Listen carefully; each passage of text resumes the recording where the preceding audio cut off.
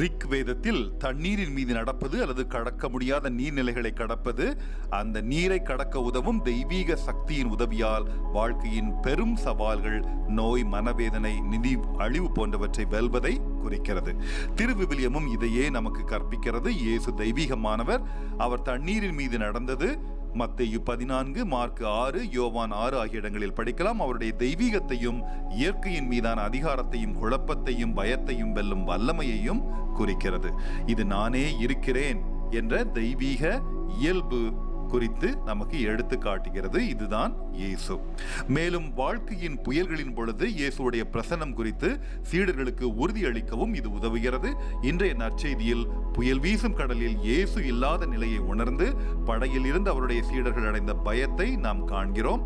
இயேசு கடல் நீருக்கு மேல் நடந்து செல்வதை அவர்கள் கண்டார்கள், பயந்தார்கள். அவர் மென்மையாக அவர்களிடம் நான் தான், பயப்பட வேண்டாம் என்று கூறுகிறார். வெளிப்படையாக மதங்களை கடந்து நாம் அனைவரும் இதைத்தான் செய்து கொண்டிருக்கிறோம். இறைவனின் வார்த்தைகளை நாம் மனப்பாடமாக மனதில் இருத்தியிருந்தாலும் கூட நமக்குள்ளே இறைவனின் பிரசன்னத்தை நம்மால் உணர முடிவதில்லை. ஏனென்றால் நாம் சடங்கு ரீதியான தூய்மையின் நீரில் மூழ்கி விடுகிறோம். மனிதர்களாகிய நாம் எல்லா பாவங்களிலிருந்தும் விலகி இருப்பது கடினமான ஒரு காரியம். உதாரணமாக, இறைவனின் வார்த்தையை வாசித்து ஜெபிக்கும் நமது உதடுகள் தான், அவருடைய பாடல்களை பாடும் உதடுகள் தான் மற்றவர்களை பற்றி தவறாக பேசுகின்றன.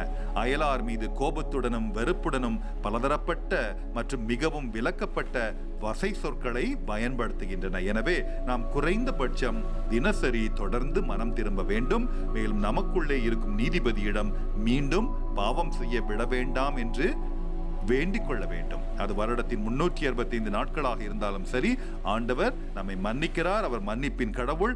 நிச்சயமாக நாம் ஒரு நாள் முழுமையாக அவரிடமே பாவம் இல்லாமல் திரும்புவோம்.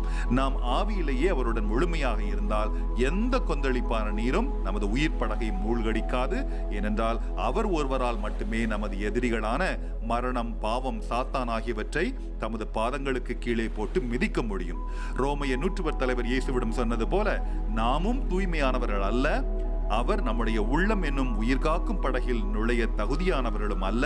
ஆனால் அவர் தூரத்தில் இருந்து காட்டும் ஒரு தலையசைப்பும் ஆசீர்வாதமும் நமக்கு போதுமானதாக இருக்கும். அதன் மூலம் நாம் குணமடைவோம். புயல் அமைதியான தென்றலாக மாறும். நாம் நம் இலக்கை அடைவோம். மனம் திரும்பி தினமும் ஊக்கத்துடன் ஜெபியுங்கள். நம் இதயங்களில் உயிரோடு இருக்கும் இயேசுவின் துணையுடன் நம் வாழ்வின் சவால்களை நாம் வெல்வோமாக. ஆமென். அல்லேலூயா. ரிக் வேதத்தில் தண்ணீரின் மீது நடப்பது அல்லது கடக்க முடியாத நீர்நிலைகளை கடப்பது, அந்த